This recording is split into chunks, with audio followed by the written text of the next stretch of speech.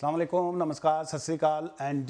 Good afternoon. दोस्तों कैसे हैं आप? आई डू होप आप सब अच्छे होंगे जी। आज की जो वीडियो है वो UK passes a new law on a British citizenship जो है। सो ब्रिटिश सिटीजनशिप के हवाले से जो है यस्टरडे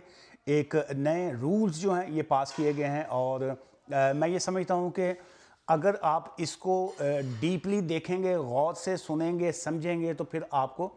इसकी तकलीफ़ नहीं होगी कि जी के यूके ने जो है ये पासपोर्ट्स के हवाले से जो नया रूल्स बनाया है कि अब आपकी जो सिटीज़नशिप है या जो आपका ब्रिटिश पासपोर्ट है हम उसको कैंसिल कर सकते हैं। और उस रूल्स में क्या आया है कि new rules in UK British citizenship being automatically जो है reinstated to individual link to the 3 से 4 कैटेगरीज एक्चुअली इन्होंने इसमें शामिल की हैं। नंबर 1 तो ये आ गया टेररिज्म जो है, फिर सेकंड आ गया एक्सट्रीमिज्म जो है,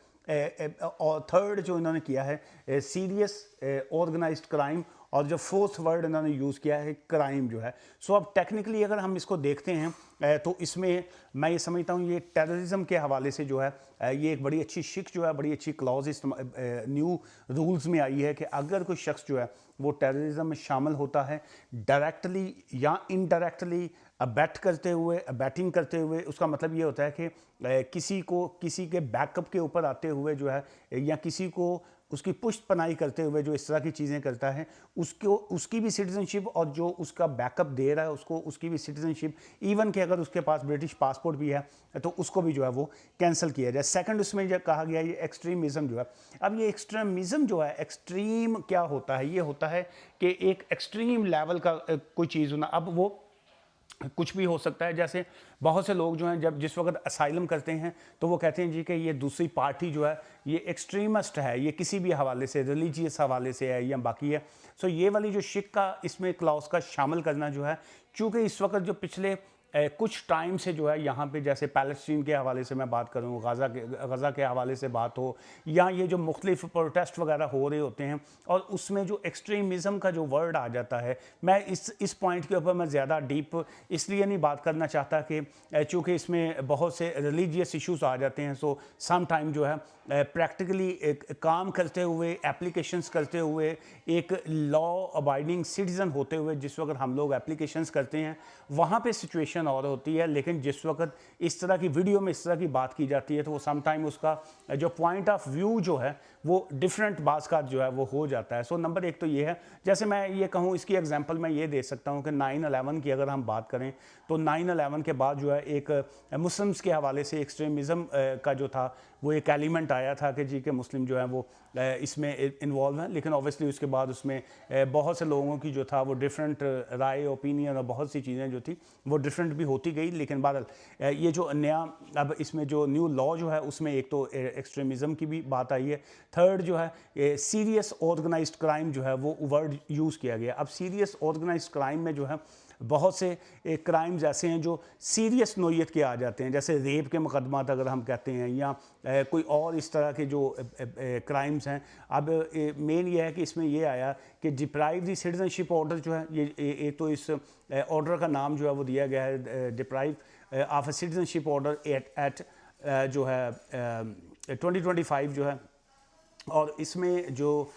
इसको अब 27 अक्टूबर को जो है इसमें ensure the citizenship is not restored after the successful appeal until all additional appeal have been exhausted जो है। सो पहले क्या होता था कि अगर किसी शख्स की जो है उसको सिटीजनशिप से रिवोक कर दिया गया, उसको जो है उसकी सिटीजनशिप जो थी वो कैंसिल कर दी जाती है, तो उसके बाद जो है वो जब तक उसकी अपील पेंडिंग है उसका लीगल राइट्स जो हैं वो रहते हैं। लेकिन अब ये कहते हैं कि जी के जब तक उसकी फाइनल उसकी कोर्ट की हेयरिंग नहीं आ जाती उस वक्त तक जो है ये जो लाइन है इज़ नॉट रेस्टोर्ड, उसको जो है वो बहाल ना किया जाए, रेस्टोर ना किया जाए। द लेजिस्लेशन जो है क्लोजिज गैप आइडेंटिफाइड जो है at a Supreme Court judgment in Feb 2025 जो है उसमें जो भी थोड़े बहुत गैप्स जो थे या थोड़ी बहुत जो फिल इन दी ब्लैंक्स जिसको कहा जाता है उसको जो है ये क्लियर करते हुए ये वाला लॉ जो है एप्लीकेबल किया गया है। और इसमें the parliament has passed on 21 अक्टूबर को जो था वो पास हुआ। 27 अक्टूबर को जो है वो उस पर जो फाइनल एक स्टैंप लगती है रॉयल की जानब से जो है वो हो चुकी है जी। और अब ये वाला बिल जो था जो अब कानून की शक्ल इख्तियार कर चुका है। सो इसमें अब मैं ये समझता हूँ कि ये इसमें बहुत से ऐसे एलिमेंट्स शामिल हैं जिसमें जो क्राइम्स में लोग इन्वॉल्व होंगे उनको सिटीज़नशिप उनकी उनके लिए काफ़ी जो है काफ़ी क्या नामुमकिन वाली सिचुएशन होगी। सो इसमें मैं human rights and asylum appeal cases where asylum is not granted to a person appealing a rejection until all further appeal have been determine जो है, और बहुत सी चीज़ें इसमें शामिल की गई हैं। लेकिन इसी से रेलिवेंट और जो इसमें मज़ीद क्लैरिटी आएगी फिर मैं वो भी आपके साथ शेयर करूँगा। और लेकिन मेन मैसेज इस वाले लॉ से आपको ये है कि क्राइम से जो है वो अवॉइड कीजिए, क्योंकि जो क्रिमिनल आपकी एक्टिविटीज़ हैं वो अब आपको यूके की बरतानिया की शहरियत से जो है वो अब कैंसलेशन और उसको मनसूख किया जाएगा। अच्छा जी, और सेकंड बड़ी जो ख़बर है वो है Pakistan introduce new passport design 2025 जो है वो उसको पाकिस्तानी पासपोर्ट में जो है वो उन्होंने चेंजेस उसका डिज़ाइन और बहुत सी चीज़ें जो है उसको चेंज कर रहे हैं जी। और उसका रीज़न ये दी गई है कि जी कि एक तो उसमें न्यू सिक्योरिटी मेजरमेंट जो है वो उसमें ऐड किए जाएंगे और इसमें modern technology and improve international recognition जो है सो उसमें वो कह रहे हैं जी कि वो चीज़ें शामिल की जाएंगी। Upgrade reflect to the Pakistani commitment to the digital identity जो है protection and global travel standard जो है उसके मुताबिक इस पासपोर्ट को किया जा रहा है। और उसका एक तो इसमें पॉजिटिव चीज़ें ये की जा रही हैं कि जी के जो पाकिस्तान की जो पासपोर्ट की रैंकिंग है दूसरे कंट्री के हवाले से उसको थोड़ा अपग्रेड हो, और बहुत से कंट्रीज़ के साथ जो है वो वीज़ा फ्री ट्रैवल जो है जो विदाउट वीज़ा जिसको कहा जाता है उसकी जो है वो भी बात की जा रही है। जिस तरीके से जो है इंडिया का अब बाकी और कंट्रीज़ के साथ जो है न्यू कंट्रीज़ के साथ भी एक लिस्ट जो है वो तैयार की गई है जिसमें बहुत से और कंट्रीज़ को भी उसमें शामिल किया जा रहा है, जिसमें अभी तक एग्जैक्ट न्यूज़ तो नहीं है लेकिन उसमें प्लानिंग ये है कि जैसे सर्बिया और सर्बिया के तो खैर पाकिस्तान का भी वीज़ा फ्री एंट्री जो जिसको कहते हैं उसको शामिल किया गया है। लेकिन यूरोपियन के 2-3 कंट्रीज़ हैं जिसका इंडिया के हवाले से ख़बरें ये आ रही हैं कि उसको भी जो है वीज़ा ऑन अराइवल जो है उस पर वो किया जाए। लेकिन ऑब्वियसली होटल की बुकिंग और वो ट्रैवल जो है उसमें होटल बुकिंग और रिटर्न टिकट्स और बाकी चीज़ें जो हैं वो शामिल की जाएँ। बल्गेरिया का कहा जा रहा है जी कि बल्गेरिया के साथ जो है वो जो इंडिया है उसकी कोई डील होने को है और वेरी सून जो है may be starting of next year जो है 2026 जनवरी के बाद जो है उसको एप्लीकेबल किया जाए और सिटीज़न जो है इंडियन सिटीज़न जो है applying for Bulgaria's long term visa जो है जिसको डी वीज़ा का कैटेगरी का नाम दिया गया है और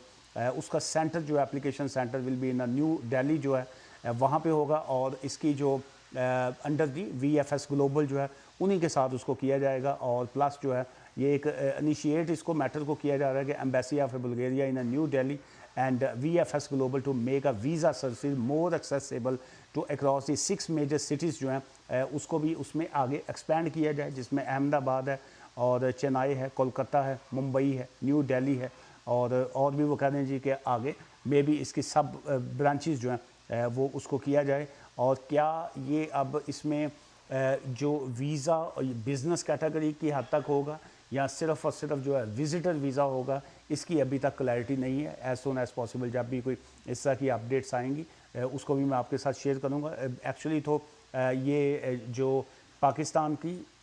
या इंडिया की ये जो मैं आपको अपडेट्स दे रहा हूँ it's not relevant to my subject, चूँकि मैं यूके इमिग्रेशन लॉयर हूँ, मैं यूके इमिग्रेशन की ही ज़्यादा बात करता हूँ। लेकिन ये 2 पॉइंट्स को ऐड करने का पर्पस ये है कि बहुत से लोग जो हैं ऑब्वियसली यहाँ पे हमारे इंडियन और पाकिस्तानी जो है कम्युनिटी वो भी रहती है और उनके बहुत से कंसर्न्स या इश्यूज़ होते हैं इंटरनेशनल हवाले से जो है बहुत से जो इस वक्त स्टूडेंट्स हैं या इस वक्त जो ग्रेजुएट वीज़ा रूट पे हमारे दोस्त होते हैं, बच्चे हैं, वो उनको बाज़ का कोई ऑप्शन दिखाई नहीं दे रहा होता और वो यहाँ पे इलीगल या ओवरस्टेड होने की कोशिश करते हैं या रहना चाह रहे होते हैं। सो उनको मैं ऑलवेज़ यही एडवाइस करता हूँ कि कभी भी जो है अपना ट्रैक जो है उसको ख़राब ना किया करें। और आज की इस वीडियो को सम अप करने से पहले, क्लोज़ करने से पहले 3 चीज़ें जो हैं वो मैं आपको इसमें कहना चाहूँगा। नंबर 1 तो ये है कि किसी भी क्राइम्स में जो है वो इन्वॉल्व ना हुआ करें। बाज़ का जो है वो क्राइम्स से मीनिंग यही होता है कि ये जैसे रेप के मुकदमात हैं, ये डकैती है, ये इस तरह की जो सीरियस लेवल की जो है ड्रग डीलिंग जो है वो आ जाती है। इस तरह की एक तो चीज़ों से जो है अवॉइड करें, क्योंकि ये अब चीज़ें जो है वो अच्छी नहीं जाएंगी आगे। सेकंड ये है कि ये जो एक्सट्रीमिज़म जो आ जाता है, बात करता है रिलीजियस एक्टिविटीज़ जो हैं बहुत से लोग करते हैं। मैं स्पेशल किसी भी कम्युनिटी का या किसी भी रिलीजियस का नाम नहीं लूँगा, लेकिन एज अ इमिग्रेंट जो है मैं ये समझता हूँ जिस वक्त कोई शख्स एक कंट्री से दूसरे कंट्री में आता है और आके अपनी लाइफ को इस्टेब्लिश करने की कोशिश करता है, तो उसको ये चाहिए कि उसका फोकस ये होना चाहिए कि अपने काम से काम रखे। स्टूडेंट्स हैं, पढ़ने आए हैं, अपनी स्टडी की तरफ फोकस कीजिए। आप अगर बिज़नेस करने आए हैं, बिज़नेस की तरफ फोकस कीजिए। शादी करके आए हैं, स्पाउस वीज़े पे आए हैं, अपने घर की तरफ जो है वो तवज्जो कीजिए। सो ये जो बाकी इलीगल मैं समझता हूँ या ये जो इस तरह की एक्टिविटीज़ हैं, ये शायद जो है ये इसमें आपका फ्रीडम ऑफ एक्सप्रेशन, आपका लीगल राइट है, आप दे सकते हैं, लेकिन उसका जो एक्सप्रेशन का नाजायज़ फ़ायदा जो है वो नहीं उठाना चाहिए। अब उसका रिज़ल्ट जो है ये अब आपके सामने है, जो इस तरह के रूल्स बन रहे हैं। और सेकंड ये है कि ये जब एक कंट्री की दूसरे कंट्रीज़ के साथ जो मुख्तलिफ बिज़नेस एग्रीमेंट्स या डील्स होती हैं, तो उसका आप जो है वो फ़ायदा आप उठा सकते होते हैं। वो शायद आपके लिए बेटर हो, ना कि ये जो इल्लीगल तरीके से रहना या अपना फ्यूचर को स्पॉइल करना जो है वो चीज़ें ठीक नहीं होती। आज की इस वीडियो से मुझे इजाज़त दीजिएगा, लेकिन नीचे कमेंट्स लाजमी किया करें। रेलिवेंट क्वेश्चन जो आपका होता है मैं उसका जवाब देता हूँ। ये अगर आपका ये क्वेश्चन ये आता है, कमेंट्स ये आता है कि जी मैं पाकिस्तान में मैं बैठा हूँ, अगर मैं यूके आ जाऊँ और एयरपोर्ट पे आके असाइलम करूँ या मैं बाहर निकल के असाइलम करूँ, अब इस तरह का जब कमेंट्स आएगा तो ऑब्वियसली मैं तो नहीं जवाब दूंगा। फिर तो एजेंसियाँ तो आनू उतों शोल्डर तो ही फड़नगियाँ कि ये तो बंदा जो पहले ही प्लानिंग करके आया और ये सारी जो सो इस तरह के उस तरह के जो फजूल सवालात हैं वो उससे परहेज़ किया करें। क्वेश्चन वो किया करें जिससे आपको अवेयरनेस मिलती है, नॉलेज मिलता है। दुआ में याद रखिएगा। Take care, bye for now.